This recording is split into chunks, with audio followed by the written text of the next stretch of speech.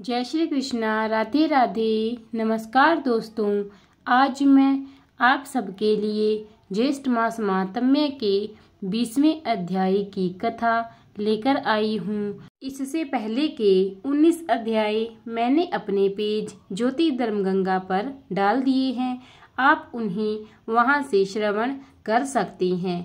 आज हम उसके आगे की कथा का रसपान करेंगे। निर्जला एकादशी व्रत वर्णन की कथा आज मैं आपको सुनाऊंगी। हमें प्रतिदिन प्रातःकाल स्नान करके ज्येष्ठ मास के महात्म्य सुनने चाहिए।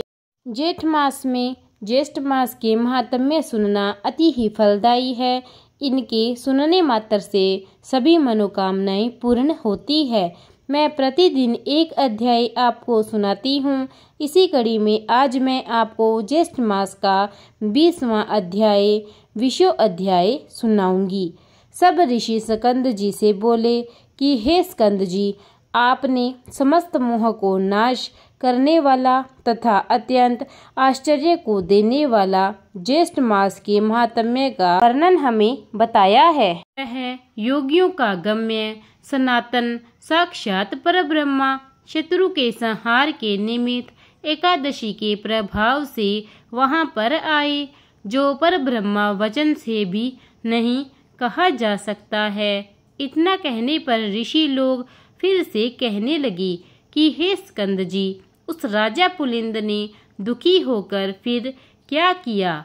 स्कंद जी बोले कि हे ऋषियों, वह शोकातुर राजा अपने कुछ बचे हुए सैनिकों के सहित शीघ्र ही अपने नगर को आ गया और अपने नगर में राज्य भार को संभालने लगा और शत्रु के पूर्ववासियों के वचन का मन से ध्यान करता हुआ एकादशी के प्रभाव को स्मरण करने लगा, जिसको स्वयं उसने अपने नेत्रों से देखा था। इस प्रकार चिंता में मगन राजा का बहुत समय व्यतीत हो गया और अधिक चिंता मगन रहने के कारण उसके शरीर में केवल हड्डी और चाम मात्र ही रह गया। तब राजा पुलिंद ने अपने पुत्र को राज्य देकर स्वयं अपनी स्त्री को साथ लेकर वन को चला गया और वहां जाकर वानप्रस्थ आश्रम ग्रहण कर लिया।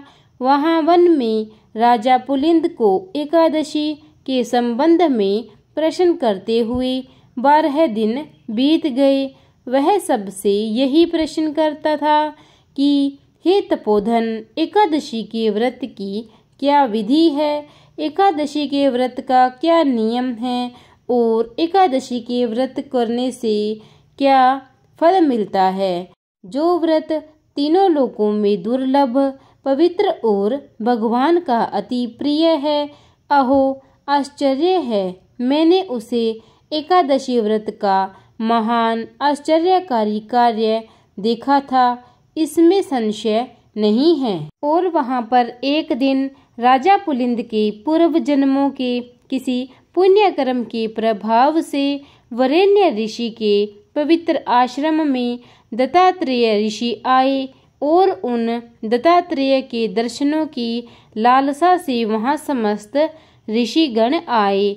कुछ लोगों ने पूजन, स्तुति तथा विविध प्रकार की उनकी सेवा की। राजा पुलिंद भी दत्तात्रेय जी का आगमन सुनकर वहां भयभीत के समान ऋषि के पास जाकर बैठ गए। प्रधान ऋषियों के चले जाने पर राजा पुलिंद दत्तात्रेय जी के पास गए और दंडवत कर दूसरे विंध्याचल पर्वत की तरह पृथ्वी पर गिर गए। दत्तात्रेय जी राजा से बोले कि हे सौम्य, उठो उठो, तुम कौन हो और किस लिए यहाँ पर आए हो। तुम्हारे दुख का जो भी कारण है उसको तुम मुझसे कहो। दत्तात्रेय जी के वचन को सुनकर अत्यंत दुखी होकर वह पुलिंद राजा नहीं उठा। तब उस राजा को दत्तात्रेय जी ने स्वयं अपने हाथों से उठाया। राजश्रेष्ठ पुलिंद ने उठकर दत्तात्रेय जी को अति सुंदर हृदय जानकर कहा कि हे जगतीतल, मैं विख्यात राजा पुलिंद हूँ। हे तात, थोड़े ही समय में पृथ्वी मंडल को जीतकर और गर्व में आकर मैं सेना सहित राजा प्राचान्वही के नगर को गया। वहां जाकर उस विष्णु भक्त राजा के नगर को पीड़ित करने पर कोई ग्रामवासी मेरे पास आया और मुझसे प्रार्थना करने लगा कि आज श्री हरि का पवित्र दिन है, आज और कल 2 दिन के लिए उस राजा के विषय में क्षमा करें, क्योंकि समस्त नगरवासी व्रत में लीन हैं। उस ग्रामवासी की वार्ता सुनकर मैंने गर्व में होकर क्रोध से उसके वचनों का अपमान किया और उसके वचन मेरी बुद्धि और मति को गर्व से न छुड़ा सके। इसके पश्चात सूर्यास्त हो जाने पर असंख्य विष्णु दूत अनेक रूपों में वहां आकर युद्ध करने लगे। उन विष्णु दूतों ने समुद्र के समान मेरी समस्त सेना को भक्षण कर लिया। अपने प्राण मात्र रह जाने पर हम लोग भागकर अपने नगर में आए। उसी समय से मैंने राज्य, पुत्र, धन का त्याग कर तामसी व्रति का आश्रय लिया। अब आज आपके चरण कमलों के दर्शन करके मैं कृतकृत्य हो गया हूँ। मैं धन्य हूँ तथा मेरे पूर्वज भी पुण्यशाली थे, जो आज देवताओं से भी पूजित आपके चरण कमलों का मुझे दर्शन हुआ। भगवान, एकादशी नाम वाला व्रत कैसा होता है और किस विधि से किया जाता है, उसे आप संक्षेप में मुझसे कहिए, क्योंकि मैं आपकी शरणागत हूँ। अन्यथा मैं शल्य के समान अपने प्राणों का त्याग कर दूंगा। राजा पुलिंद के इन वचनों को सुनकर सब वृतांतों को जानने वाले दत्तात्रेय जी ने उसी समय राजा पुलिंद को दोनों हाथों से आलिंगन कर लिया और दयाद्रचित्त होकर मधुसूदन भगवान के एकादशी व्रत के विधान को कहने लगे।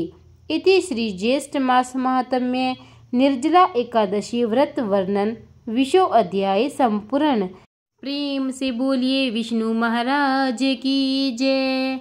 तो दोस्तों, आपको मेरी यह वीडियो कैसी लगी? अगर आपको ज्येष्ठ मास महात्म्य अच्छा लग रहा हो तो इसे लाइक कीजिए, शेयर कीजिए, और अगर अब तक आपने मेरे चैनल को सब्सक्राइब नहीं किया है तो कृपया करके उसे सब्सक्राइब कीजिए और बेल आइकन दबा दीजिए, ताकि मेरी नित्य हर वीडियो के नोटिफिकेशन आपको मिलते रहें। धन्यवाद।